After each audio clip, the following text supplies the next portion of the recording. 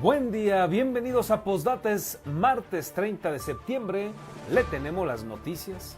El gobernador Alfredo Ramírez Bedoya afirmó que algunos alcaldes se quieren pasar de listos, por lo que amonestó al presidente municipal de Coahuayana, Andrés Aguilar Mendoza, por suspender clases este lunes debido a la violencia en el lugar, ya que carece de atribuciones para ello. Por considerar que el alcalde tomó una decisión unilateral, la Comisión Estatal de Derechos Humanos levantó una queja de oficio por la suspensión de clases en Coahuayana. Luego de que el juez negó el amparo solicitado por un particular, el Ayuntamiento de Morelia anunció la revocación del permiso que había otorgado para que se llevara a cabo una corrida de toros en la Monumental de Morelia este 30 de septiembre. El mandatario michoacano se pronunció a favor de cesar fulminantemente a los jueces que se están pasando de lanzas y anunció que presentará una queja contra la jueza que inicialmente otorgó una suspensión a la prohibición para que se realicen corridas de toros. El alcalde Alfonso Martínez Alcázar informó que invitó a la presidenta de México, Claudia Sheinbaum Pardo, para fungir como oradora en el acto oficial alusivo al 260 aniversario del natalicio de don José María Morelos y Pavón, pero hasta este lunes no le habían confirmado. Con la asistencia de miles de morelianos, se realizó el tradicional concierto con el que se festejó al generalísimo en la conmemoración de su natalicio, este año con la presentación de los Freddys y la dinastía de Tuzantla, entre otros. El gobierno de Michoacán informó que 10 presas del estado se encuentran por arriba del 100% de su capacidad y la de Coincio alcanzó el 91%, pero ninguna representa un peligro para la población. Integrantes de colectivos y de la Junta Vecinal exigieron a las autoridades estatales y municipales suspendan la modernización del planetario de Morelia, al señalar que es patrimonio artístico del Instituto Nacional de Bellas Artes y requieren una serie de dictámenes técnicos para realizar cualquier intervención física. Comenzamos.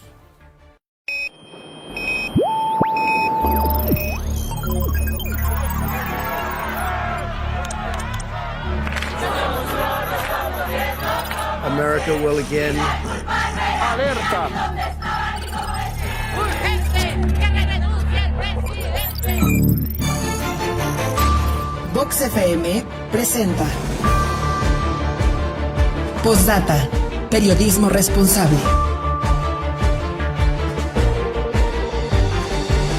Postdata con Carlos Monge. Comenzamos.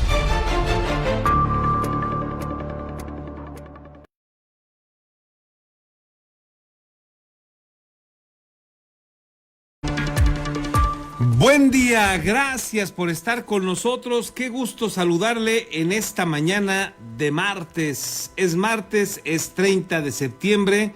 Estamos despidiendo ya el mes patrio y lo hacemos celebrando el natalicio del generalísimo Morelos. Así es que le invito a que se quede con nosotros, se entere de lo más importante que ha sucedido en torno a Michoacán. Les recuerdo, somos Postdata, hacemos periodismo responsable y estamos con usted a través de la señal de Vox en el 103.3 de su FM. Ya listos también en la plataforma Facebook, si usted lo desea, puede sintonizarnos acá con postdata.news y ahí estamos también a sus órdenes en esta transmisión tipo televisión. Y por supuesto que también estamos en Radio Tele, en el canal 8 de Telecable, en este caso en la retransmisión en punto de las 8 de la mañana. Gracias, bienvenidos todos, quedamos pendientes de sus comentarios, críticas, sugerencias. Más tarde, por supuesto que le damos lectura. Y déjeme decirle que estamos arrancando este día nublado, 14 grados en este momento, nos dice el meteorológico que así se va a mantener prácticamente todo el día nublado, la temperatura máxima 23 grados que se tiene proyectada y hay una probabilidad de lluvias por ahí de las 3, 4 de la tarde para que usted lo tenga en cuenta. Así nos pinta este martes 30 de septiembre.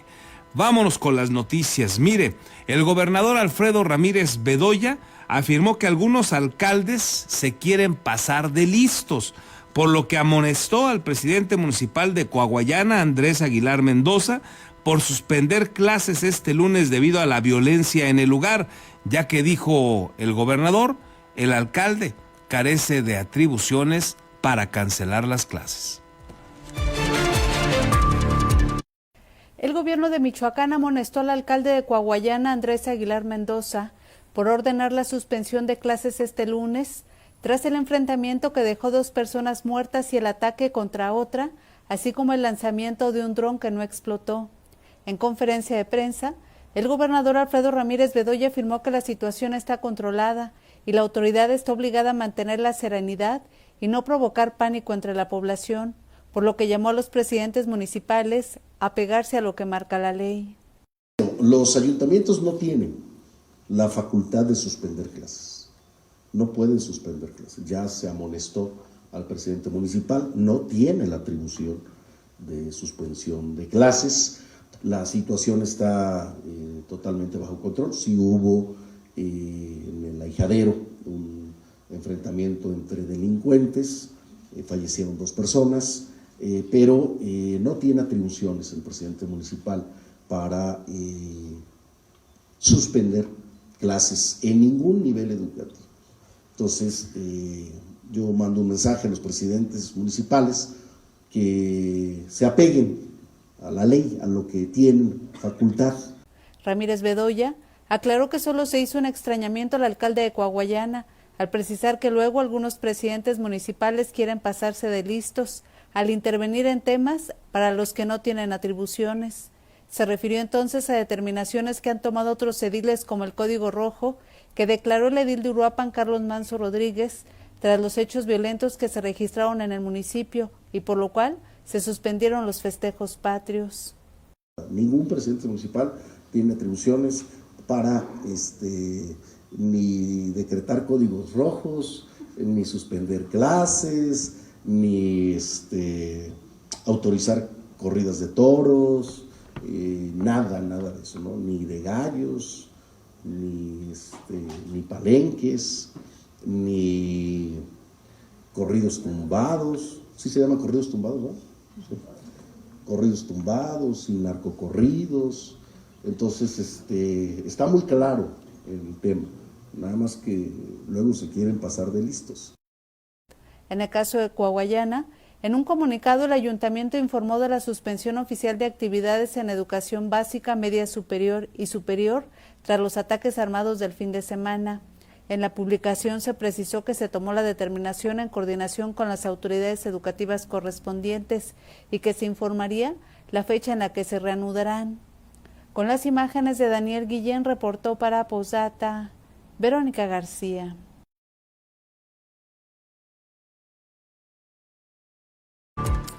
Sin duda polémico el tema, no sé usted cómo lo vea. Primero, por esto que ya nos señala Vero García, el comunicado del alcalde de Coahuayana advierte que lo valoraron el tema de las clases con instancias educativas del gobierno del estado, primer punto. O sea, no dice que sea una decisión estrictamente de él, sino que está ahí ponderada con otras autoridades. Y si habló con la gente, con alguien, habría que ver con quién, de la Secretaría de Educación, pues entonces también participó de esa decisión el gobierno del estado. Pero a ver, vamos a pensar que no habló con nadie y él decidió hacer esta invitación a que se cancelaran clases porque estaba un ambiente complicadísimo en Coahuayana, con esta inseguridad que prevalece en varias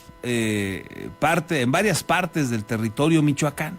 Le tocó a Coahuayana, que regularmente también ahí hay situaciones críticas, y el alcalde considera que no hay condiciones para que los jóvenes, los niños, vayan a la escuela. La pregunta es, ¿de veras está mal suspender clases cuando el alcalde, por la información que tiene, por los acontecimientos del momento, considera que no es prudente andar en la calle? ¿De veras será una recomendación desafortunada? ¿De veras se pasó de listo el alcalde al invitar a la población a resguardarse ante un momento donde evidentemente él consideró que no había condiciones, que la situación era crítica? Bueno, son preguntas que me parecen válidas por lo que ha sucedido en Coahuayana. Igualmente complicada la decisión que tomó el alcalde de Uruapan, Carlos Manzo, porque le mataron a un elemento policial en los días previos, recordará usted, en la antesala de los festejos patrios, el grito de Dolores y las actividades que se hacen en torno a ello, y decidió, que tampoco debe ser nada sencillo, porque hay que pagar un costo, decidió cancelar los festejos. Pues llámele usted código rojo, verde, blanco o suspensión de actividades. La duda es, ¿en serio estuvo mal cancelar? Si el alcalde, en la información que tiene, considera que no hay elementos para garantizar la seguridad de la población, ¿de veras está mal cancelar una actividad como esta? Bueno, pues ahí lo pone, me parece, sobre la mesa el gobernador. A mí me resulta polémico. Hoy lo que tenemos claro es que hay momentos en donde los alcaldes no tienen manera de controlar la inseguridad que prevalece en su municipio. Hay momentos en donde los enfrentamientos, sin duda alguna, entre grupos criminales, ponen en riesgo a la población. Y en esos momentos, la pregunta es, ¿de veras está mal que como alcalde invites a tu población a no salir de casa? Bueno, pues son asuntos sin duda polémicos, debatibles, y ahí lo pone sobre la mesa el gobernador diciéndoles a estos alcaldes que ven inseguridad, que ven situación crítica e invitan a la población a quedarse en casa. El gobernador considera que se pasan de listos. Pero no solo eso. El presidente de la Comisión Estatal de los Derechos Humanos, Josué Mejía Pineda, informó que se inició una queja de oficio para investigar la suspensión de clases en comunidades afectadas por hechos de violencia, al considerar que el derecho a la educación es un derecho constitucional. Pues sí, nada más que también es una responsabilidad del gobierno en turno garantizar la seguridad. Y ahí eso no lo destaca el presidente de los derechos humanos. Extraño el posicionamiento de Josué Mejía, porque bueno, si se están matando entre grupos criminales, si hay ataques, de veras te tienes que atrever a ir a clases. Se extralimitó el alcalde al suspender clases. En todo caso debió nada más decir, oigan, yo les recomiendo que hoy no salgan de casa. En fin, cuestionado sobre la cercanía de las bases de operaciones institucionales en planteles escolares como en la comunidad del Alcalde o la Loma de los Hoyos, donde se reporta la instalación de efectivos militares dentro de un costado de las primarias, Mejía Pineda respondió que aún no cuenta con información puntual sobre estos casos. Hay que decirlo con toda la responsabilidad. En los temas de seguridad siempre hay protocolos de actuación que tienen que resguardar finalmente el tema de los derechos humanos. Yo lo que creo es que no está mal el tema de la suspensión. Lo que yo creo que está mal es el ejercicio unilateral del ayuntamiento. Creo que tiene que ser una acción coordinada.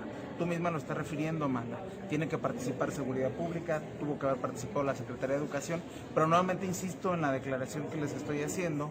Sería muy irresponsable de mi parte dar una declaración muy puntual o un veredicto, una opinión final, si no tengo determinaciones técnicas, que justamente con la apertura de esto por la suspensión de clases estamos en eso.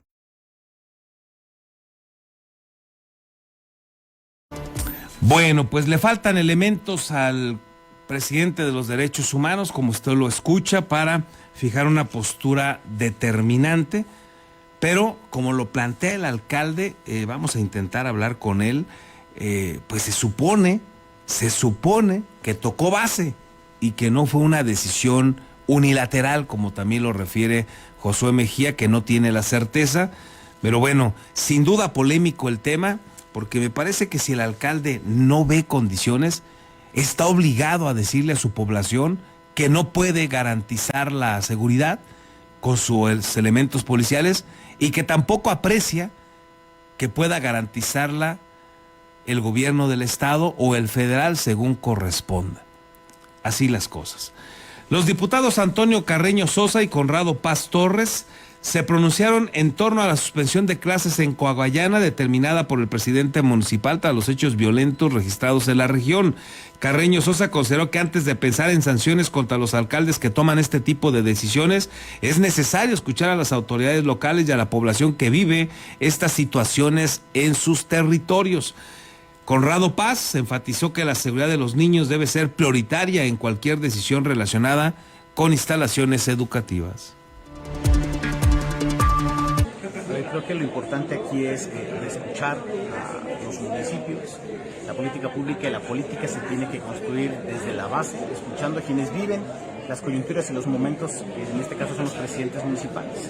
Más allá de recomendaciones o llamados, creo que es importante entender qué es lo que está pasando en una región que sabemos que es problemática o complicada, más que problemática, complicada desde hace muchos años.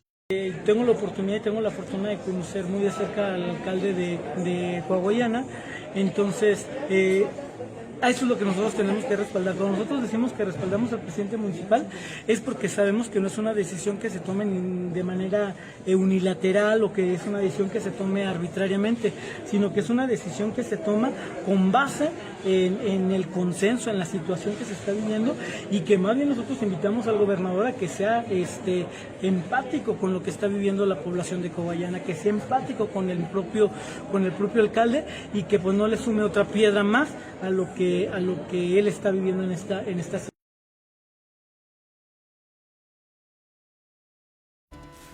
En otros asuntos, el gobernador Alfredo Ramírez informó que al menos 4 hechos violentos que se registraron el fin de semana en diversas zonas de Michoacán, entre ellas Coahuayana, por supuesto. Aclaró que en todos los casos, dice él, hubo una actuación inmediata del Estado y la Federación. Incluso informó que un enfrentamiento en Zitácuaro que no se había dado a conocer, también participaron autoridades estatales. En todos los casos hubo una actuación inmediata de la autoridad, tanto estatal como federal. En el caso de Uruapan hubo un abatido de presunto delincuente, hubo 2 detenidos. Por ejemplo, este no está registrado, en la zona de Sinapecuaro hubo un enfrentamiento también, donde fueron abatidos 2 delincuentes. Y en la zona de Erongarícuaro, Páscuaro, ahí hay presencia de 3 grupos. Y uno de ellos, procedente de Zacapu, intentó ahí entrar a Erongarícuaro y bueno, pues se actuó de inmediato por parte de la Guardia Civil del Estado.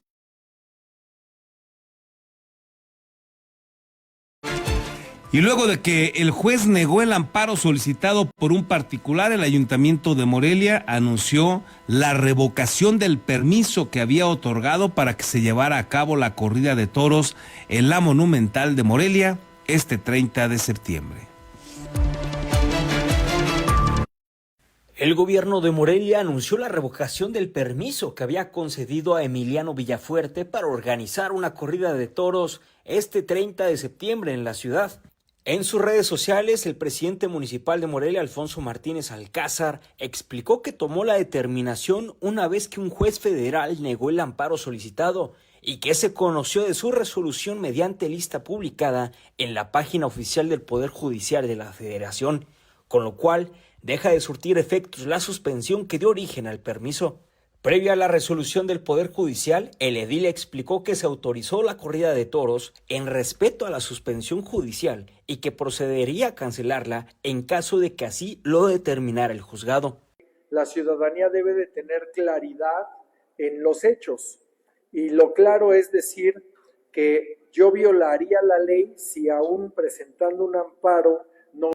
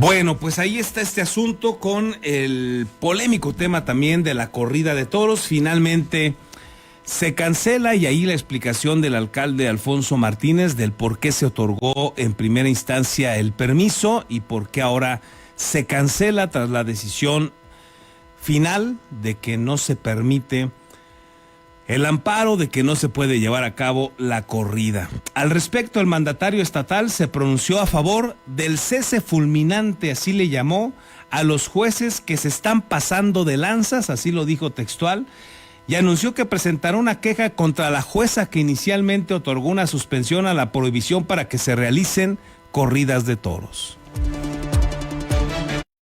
El gobernador Alfredo Ramírez Bedoya se pronunció por cesar fulminantemente a los jueces federales que se están pasando de lanzas y anunció que solicitará a su consejero jurídico presente una queja ante el Tribunal de Disciplina Judicial Federal contra la jueza que otorgó una suspensión provisional a un particular que promovió un amparo contra la prohibición de las corridas de toros en Morelia.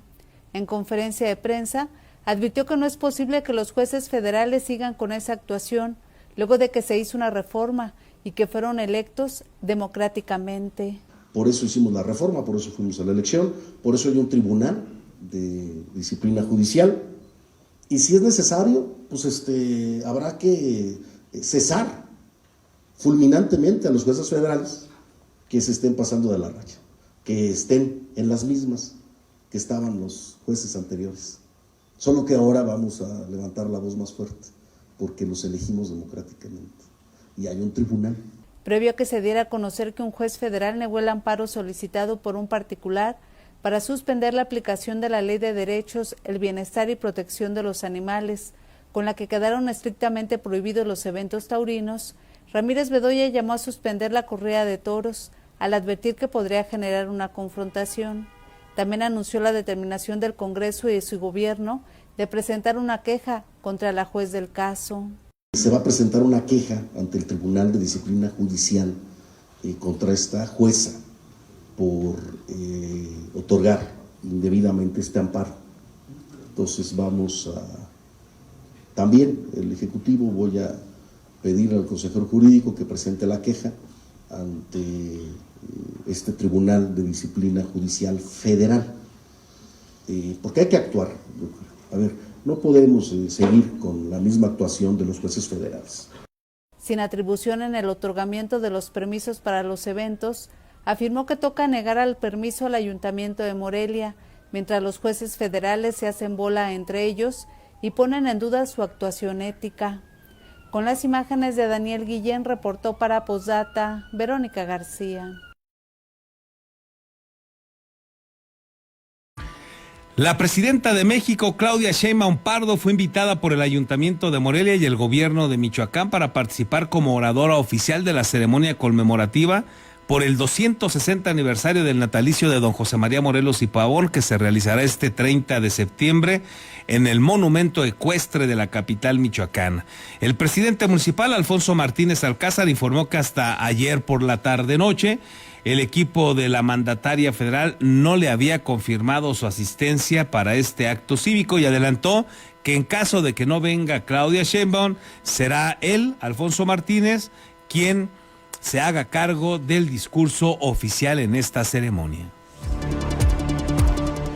Platicando con el gobernador, creímos que era una muy buena idea y bueno para Michoacán y para Morelia el poder invitar a la presidenta de la República, Claudia Sheinbaum, como oradora oficial del día 30 de septiembre, pues obviamente dependiendo de una agenda muy compleja. Entonces, hasta este momento seguimos en espera de una respuesta, pero estoy listo para trataré de dar un gran discurso en caso de que se confirme la ausencia de la presidenta. Y bueno, después de revisar la agenda que tiene la presidenta Claudia Sheinbaum hoy, pues no viene a la ciudad de Morelia.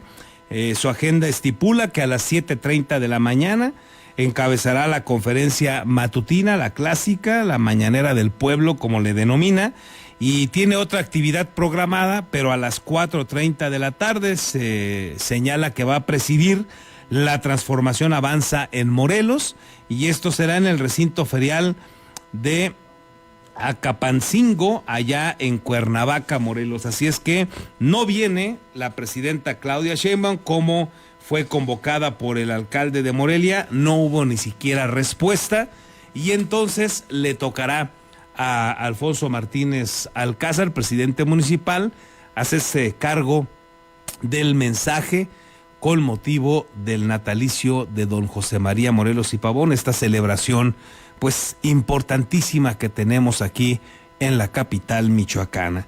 Y hablando de José María Morelos y el festejo que se realiza en torno a conmemorarlo, a recordarlo, a festejarlo, por supuesto, pues ayer se llevó a cabo esta verbena con concierto en el Centro Histórico de Morelia.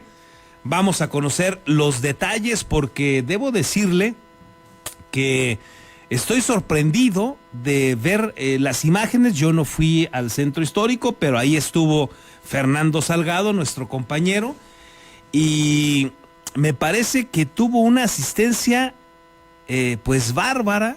Los grupos, que estuvieron ahí, las personas, los artistas que estuvieron encabezando pues todo el concierto, si bien es cierto que tienen su trayectoria, algunos de ellos ya exitosos hace muchos años. Yo había comentado aquí que se antojaba un concierto así como para los que ya somos más viejitos, pero pues la verdad es que tuvo, todo indica, una gran asistencia, y me parece, según lo que aprecia una de las fotografías, que incluso mayor que lo que logró un artista tan exitoso en este momento como lo es Cristian Nodal. Y bueno, ahí estuvo Fernando Salgado, le decía, para platicarnos pues cómo estuvo el asunto. Fernando, un gusto saludarte, ¿cómo estás? Buen día. Buenos días, Carlos. Pues aquí mira, vamos comenzando para contarte cómo estuvo el día de ayer. Yo creo que el concierto de la verbena de este 29 tuvo un sabor terracalenteño. Okay. Te voy contando rapidísimo. Mira, este 29 de septiembre se dieron cita a la plancha. Se calcula, según la autoridad, de manera preliminar, que asistieron cerca de 50,000 personas. Y sorprendieron los Fredes, Grupo Liberación y la dinastía de Tuzantla, porque para muchos, la verdad, en Morelia no tenían tanta relevancia, pero para otra gran cantidad de personas dejó certeza de que estos grupos musicales todavía arrastran demasiada gente y gustan. Por ahí circuló un video, pues no sé si lo tenga producción. Este video es una toma panorámica de la parte de arriba de los edificios donde están los locales, y comienza desde el escenario, da un paneo hacia la izquierda y muestra cómo está llenísimo desde Abasolo hasta Morelos Norte. Desde esa parte se ve completamente lleno de personas. La asistencia abarrotaba totalmente, así, era la gente coreando, la gente contenta, bailando. Se veían solamente los brinquitos cuando volteabas en la parte de atrás. Nosotros los reporteros estábamos casi hasta adelante, a un lado de donde están las personas con discapacidad, y volteabas y veías solamente los sonderitos brincando. Ahí notabas que la gente estaba muy contenta con estos grupos que de verdad, en mi caso, yo no los conozco tanto. Yo soy del 95, no tuve la frecuencia para poder conocerlos tanto, pero con esto me da la certeza de que no hay un público moreliano que estaba también sediento de este tipo de música. Vámonos en materia. Por ahí de las 7 de la noche, la asistencia era total con los Freddys, y ellos calentaron las gargantas de los morelianos con el primer tonto. ¿Qué les parece si vamos a escuchar cómo estaban cantando los Freddys? Vamos con esa melodía.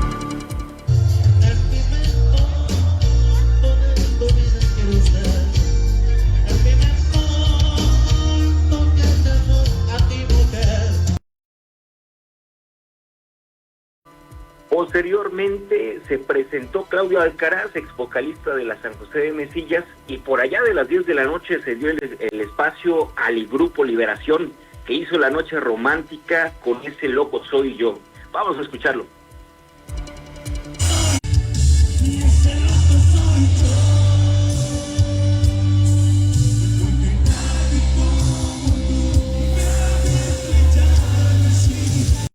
Ahí ya comenzamos a escuchar a la gente cantar a todo pulmón, y ya cerca de la medianoche la reina de la música de Tierra Caliente, la dinastía de Tuzantla, verdaderamente hizo cantar al público con El Caminante. Vamos a escucharlo. Cerca de 40 años.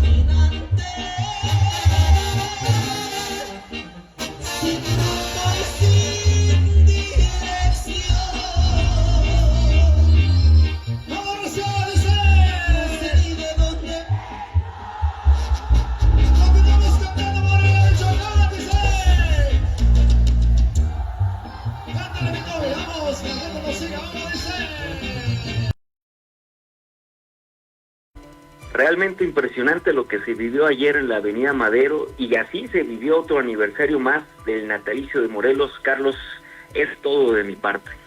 ¿A qué hora acabó la fiesta, Fernando? Me parece cerca de la 1 de la mañana. Estuvieron tocando la dinastía de Tuzantla, ahí sus éxitos, Carlos. Muy contenta la gente, coreando demasiado sus canciones. Yo de verdad terminé sorprendido. Sí, de acuerdo. En estos conciertos, en lo que va del gobierno de Alfredo y en lo que va del gobierno o los gobiernos de Alfonso, que ya está repitiendo como alcalde, parecía que traían una batalla, ¿no? A ver quién traía al artista que llenaba más el centro histórico. El gobierno pues regularmente convoca al artista de la noche del 15 de septiembre, y el alcalde de Morelia lo hace, o el ayuntamiento de Morelia lo hace el 29 de septiembre, y yo había pensado que esta vez les iba a ganar el gobierno de Michoacán al ayuntamiento de Morelia con un Cristian Nodal, pero después de ver las imágenes, me parece que sí termina siendo más exitoso el concierto de anoche. A ver si usted, alguien que haya ido a los dos conciertos, nos platica, nos dice cuál fue su lógica, cuál fue su conclusión, porque bueno, déjeme platicarle también que Fernando Salgado no estuvo en el pasado estuvieron Vero García y Gabriel García, nuestros compañeros también acá en Postdata, y ahora le tocó a Fernando Salgado. En fin, gracias por tu reporte, Fer. Buen día. Buen día, Carlos, un gusto. Saludos. Bueno, pues ahí tiene usted lo que sucedió ayer también en el centro histórico, esta fiesta para conmemorar el natalicio de don José María Morelos y Pavón. En otros asuntos, el gobierno de Michoacán informó que 10 presas del estado se encuentran por arriba del 100% de su capacidad, y la de Coincio en este momento al 91%. Pero dice el gobernador que ninguna representa riesgo para la población. Pese a que 10 de las 24 presas que se encuentran en Michoacán están por arriba del 100% de su capacidad, el gobierno del estado descartó que representen riesgo para la población y aclaró que tampoco contemplan un nuevo desfogue de la presa de Coincio, que tiene un nivel del 91.4%. No obstante, el gobernador Alfredo Ramírez Bedoya advirtió que en caso de que se presente un huracán o una tormenta tropical con buena cantidad de lluvia, sí habría que hacer un nuevo desfogue, en coordinación con instancias municipales, estatales y federales, que se anunciará con tiempo a la población. La de Coincio no, la de Coincio cuando supera su límite mayor hay que desfogar. Entonces si llegara a ocurrir un huracán, una tormenta tropical que trajera una buena cantidad de lluvia, de agua, pues seguramente habría que desfogar, ¿sí? Esto se hace de manera coordinada con el OAPAS, con la Comisión Nacional del Agua, con la SEAC, y se informa cuando se está desfogando. Hasta este momento los desfogues han sido muy bien controlados, no hemos tenido inundaciones en Morelia. El mandatario aclaró que en el Bajío las lluvias sí han generado afectaciones a cultivos, derivado de los desfogues de la presa Solís, que pese a que se encuentra en Guanajuato, alcanza a comunidades y sobre todo a cultivos del estado. Pero esta presa está sobre el cauce del río Lerma y cuando desfoga, por supuesto que afecta a los estados de Guanajuato y de Michoacán, en algunos casos en poblaciones, pero sobre todo en el campo, en plantaciones, en siembras que tenemos en el Bajío Michoacán.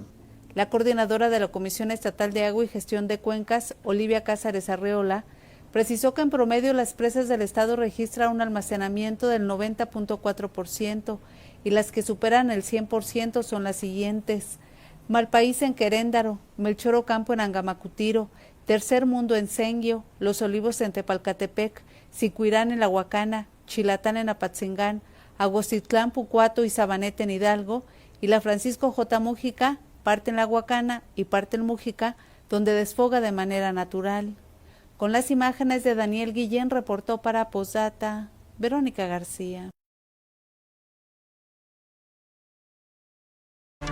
Y una buena noticia, el gobernador Alfredo Ramírez ayer puso en marcha la circulación del puente sur del Paso Heréndira en las inmediaciones del mercado de Abasto, en el sentido que va de salida a Charo hacia el Tecnológico de Morelia. Explicó que esto agilizará el tránsito vehicular en el Libramiento Norte, mientras continúa la obra donde se invierten 442 millones de pesos estatales para beneficio de más de 195,000 habitantes y más de 80,000 automovilistas que diariamente circulan por la zona. Ramírez Bedoya destacó el beneficio que generará para más de 4,000 personas que diariamente trabajan en el mercado de abastos, uno de los motores económicos de la ciudad, así como a las miles de familias que habitan en las colonias aledañas, ya que tendrán una vialidad más rápida, segura y con sentido humano. El secretario de Comunicaciones y Obras Públicas, Rogelio Sarasúa, explicó que se habilitaron 3 carriles del puente sur, de los cuales uno será abierto a la circulación por algunos periodos de tiempo en las mañanas en el sentido del Tecnológico de Morelia hacia la salida a Charo. Señaló también que, como otras obras que han hecho, le van a dar ese sentido social, ese sentido para las personas que van a pie, para que también pueda ser disfrutable esta obra en ese sentido, y comprometió que la obra estará terminada, dijo él, en un video que publicó en sus redes sociales Rogelio Sarasúa, que el objetivo es que en este mismo año quede totalmente terminada la obra. Ahí, en un diálogo que tiene con el secretario de Finanzas, Luis Navarro le comenta que le va a dar oportunidad a que termine antes del 15 de enero del 2026 y ahí se queda el reto. Rogelio Sarasúa, repito, considera que deberá estar lista antes de que termine este año, a más tardar en la primera quincena de enero del próximo año. Una buena noticia, sin duda, para los morelianos, esta obra que se ha puesto en marcha. El delegado federal en Michoacán de la Comisión Nacional del Agua, Roberto Arias Reyes, informó que desde el mes de mayo de este año, que inició el periodo de lluvias, la entidad ha registrado un incremento en las precipitaciones, por lo que el pronóstico para octubre es que esa tendencia continúe. Sin embargo, advirtió que la caída de lluvia tiene en este momento un déficit del 15% en razón de lo que se esperaba. Y bueno, se prevé en la climatología que nos marca, se prevé que en octubre tendremos un aumento de lluvia en este mes.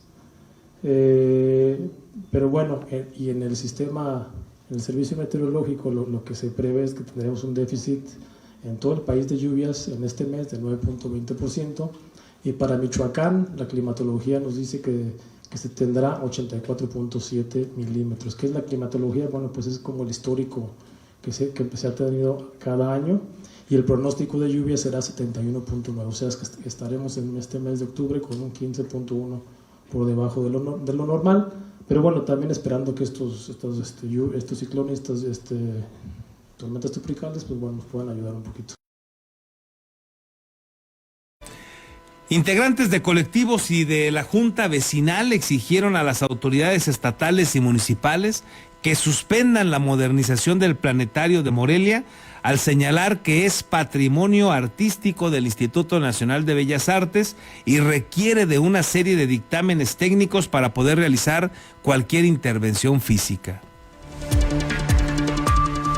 En el marco del 50 aniversario del Planetario de Morelia, integrantes del colectivo Amigos del Planetario y de la Junta Vecinal hicieron un llamado a las autoridades estatales y municipales para suspender las obras de modernización que actualmente se realizan en el inmueble. En rueda de prensa, los representantes señalaron que el edificio ya fue declarado como patrimonio artístico por el Instituto Nacional de Bellas Artes, lo que obliga a detener cualquier intervención física hasta contar con los dictámenes técnicos correspondientes. Luis Raimundo Herrera, del colectivo Amigos del Planetario, recordó que en 1975 la compra del proyector alemán Carl Zeiss y la construcción del inmueble fueron procesos transparentes publicados en el periódico oficial, a diferencia del actual proyecto de modernización, sumado que hasta la fecha no existe la licencia municipal para la realización de la obra. Estamos pidiendo al ingeniero presidente municipal, Alfonso Martínez, que intervenga, porque no se pueden estar haciendo obras sin licencia y ya tenemos la prueba de que no hay licencia. No nos han contestado, nos han dado evasivas, que no existe antecedentes de licencia de construcción, imagínense nada más ante qué estamos. Por su parte, Carmen Huerva Franco, integrante de la Junta Vecinal, cuestionó la contratación de la empresa Planetarios Digitales, cuyos sistemas instalados en otras ciudades del país han presentado fallas a pocos años del uso.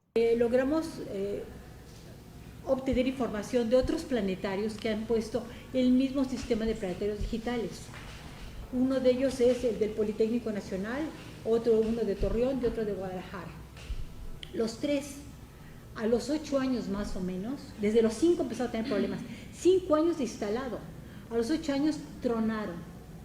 El Politécnico tiene dinero para volverlo a hacer, está ya ahorita remodelando para volverlo a hacer. No sé qué empresa va a hacer, pero definitivamente no queremos que sea Planetarios Digitales porque ya les funcionó mal. Los colectivos enfatizaron que ya se notificó al gobernador de Michoacán y al Ayuntamiento de Morelia sobre la declaratoria de patrimonio y que existen sanciones previstas en caso de que continúe la obra sin licencia. Finalmente adelantaron que buscarán el acompañamiento de instancias federales y de especialistas en patrimonio cultural para asegurar que el proceso de rehabilitación respete la historia y el legado del Planetario de Morelia. Reportó para Postdata América Juárez Navarro. El encargado del Centro de Competencias y Simulaciones Clínicas de la Universidad Vasco de Quiroga, Manuel Pérez, señaló que esta universidad ha implementado simuladores de alta fidelidad para formar profesionistas mejor preparados en el ámbito de la salud. Medicina UBAC. En México, la necesidad de médicos capacitados es crítica. De acuerdo con datos del INEGI, el país tiene un promedio de 2.4 médicos por cada 1,000 habitantes, cifra por debajo del estándar recomendado por la Organización Mundial de la Salud. La UBAC apuesta por tecnologías de vanguardia para formar profesionales más preparados, con implementación de simuladores clínicos, explicó Manuel Pérez, encargado del Centro de Simulación y Competencias Clínicas UBAC. La idea es que nuestros estudiantes estén inmersos en un ambiente más apegado a lo real de las instituciones de salud. Son sistemas ya más avanzados, más computarizados.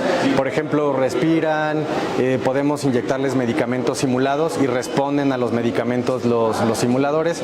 Entonces, con este programa que estamos nosotros tratando de implementar, vamos a tener una inmersión ya directa de casos reales que el alumno va a poder experimentar. La Asociación Mexicana de Facultades y Escuelas de Medicina establece que el entrenamiento con simulación clínica mejora hasta un 40% el rendimiento educativo de los estudiantes. El límite va a ser de los estudiantes y que el día de mañana, si me toca que uno de nuestros estudiantes me trate, por ejemplo, directamente a mí, yo poner mi confianza al 100, mi vida en sus manos y pues quede a buen término, ¿no?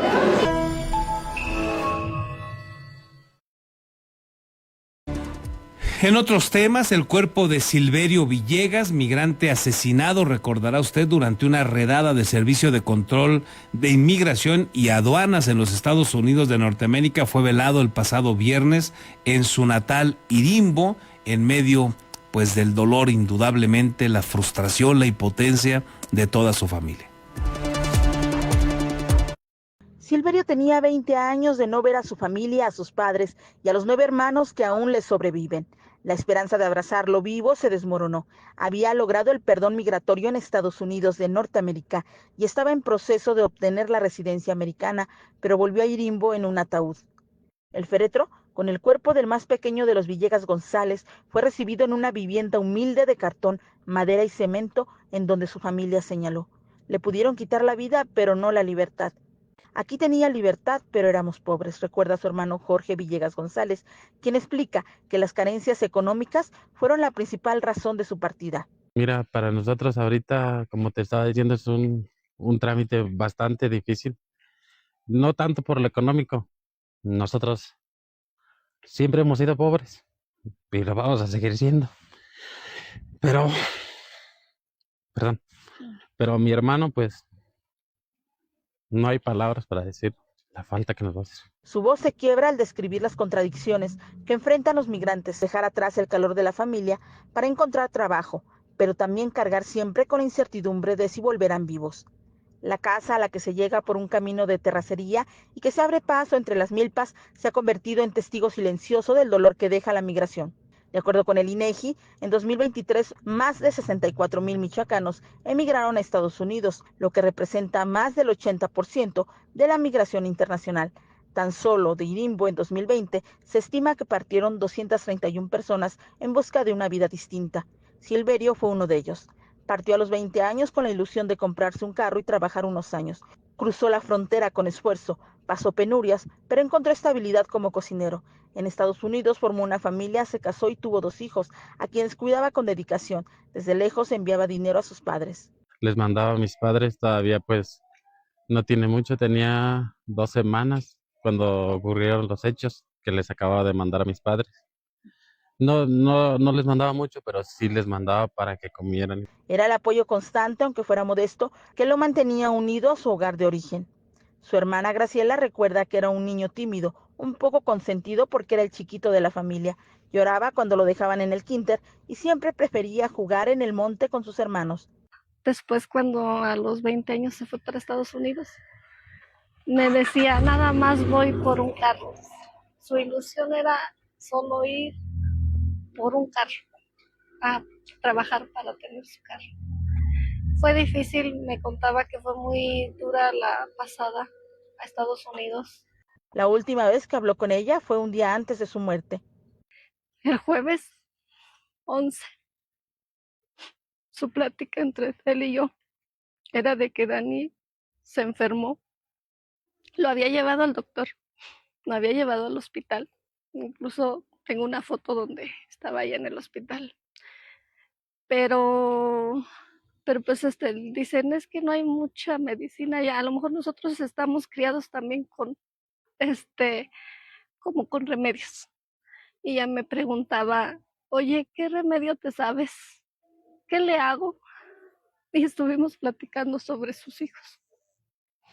Y eso es lo que me duele, porque al otro día me dan la noticia.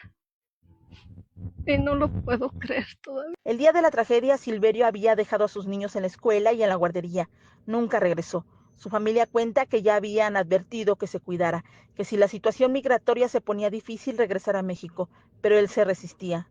Nosotros le decíamos que si se ponía difícil, ya se habían escuchado comentarios, que se viniera para acá. Y dijo que pues aquí la vida estaba difícil y por sus niños no se iba. La indignación acompaña el duelo. La familia sostiene que se trató de un operativo mal manejado. Que para mí es un crimen de odio, porque están persiguiendo exclusivamente a la gente latina. No importa si su estatus legal está bien en Estados Unidos. Para mí es un crimen de odio, porque están persiguiendo exclusivamente a una clase de raza, podríamos decirlo así, no sé cómo sería la forma correcta de perseguirlos. El recuerdo se mezcla con la exigencia de justicia. Como te había comentado, pues teníamos la ilusión de verlo físicamente, no en un ataúd, pero pasaron las cosas y yo creo que le pudieron quitar la vida, pero no su libertad. Mi hermano no está preso, mi hermano está muerto, pero no está preso. Su libertad nunca se la van a poder quitar. El caso de Silverio no es aislado. Es el segundo migrante michoacano que muere en circunstancias relacionadas con redadas migratorias. El primero, originario de Sinapecuaro. Reportó para Postdata América Juárez Navarro. Bueno, pues ahí esta historia, estas reacciones de familia y esta despedida de este joven que lamentablemente perdió la vida, le arrebataron, dicho de manera correcta, la vida a Silverio Villegas allá en los Estados Unidos de Norteamérica con este trabajo de nuestra compañera América Juárez. Déjenos ir a una breve pausa, regresamos.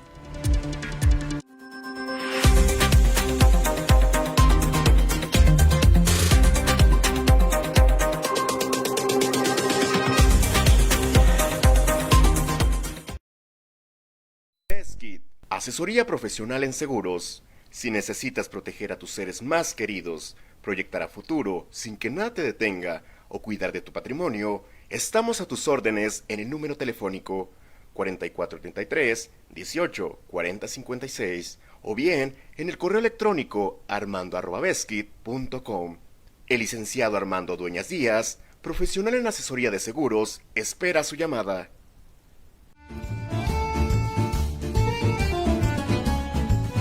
La original y deliciosa comida italiana ya está en Morelia, Hostería Fiorentina. Te esperamos en Boulevard García de León, número 1045. Contamos con una amplia carta donde encontrarás pastas, cortes, postres y claro, la inigualable y deliciosa pizza. Desayuna, come o cena con nosotros.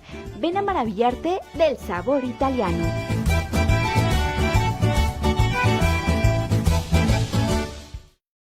Tortas Acueducto el 32 y medio. No te quedes con el antojo. Deliciosas tortas de milanesa, queso de puerco, salchicha, jamón, hawaiana y cubana. O bien, una orden de milanesa. Puedes hacer tus pedidos al teléfono 4433-382499. De lunes a viernes, de 10 de la mañana a 4:30 de la tarde.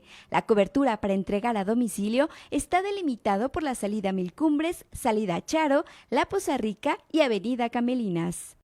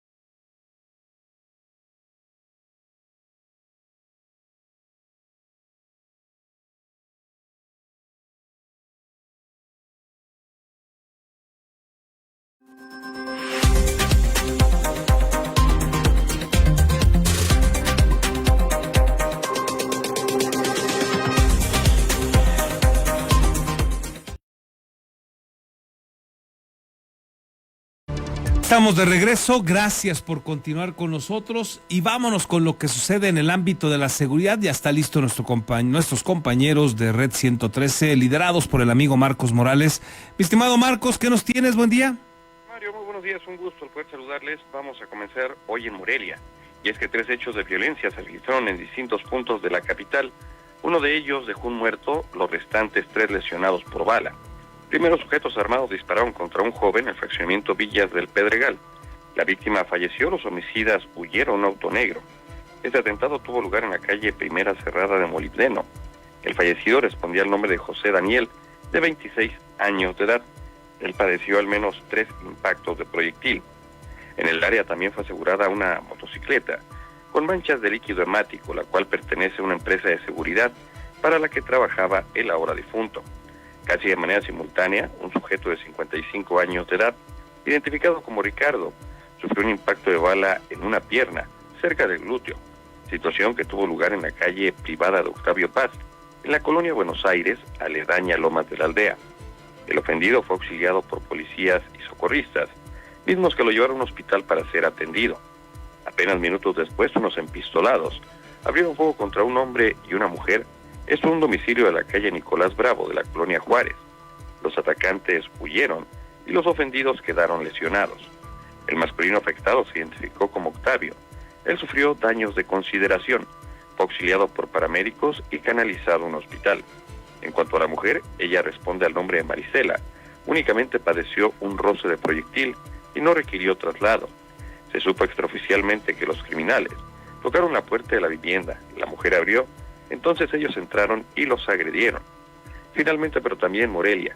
Lamentablemente falleció en el hospital que era atendido otro de los 3 jóvenes agredidos a balazos, una tabiquera de la colonia El Arquito de la Tenencia Morelos. Suman ya 2 muertos y un herido a consecuencia de este ataque. El hecho de violencia tuvo lugar a pocos metros de la calle San Cristóbal, Ecatepec. Fueron algunos vecinos del lugar quienes alertaron a la policía. Cuando llegaron patrulleros, encontraron a los 3 individuos, uno de ellos ya muerto.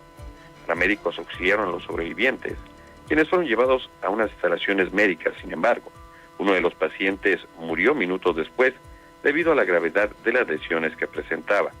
Cabe señalar que en el sitio, los homicidas dejaron una cartulina con un mensaje amenazante, el cual no fue revelado.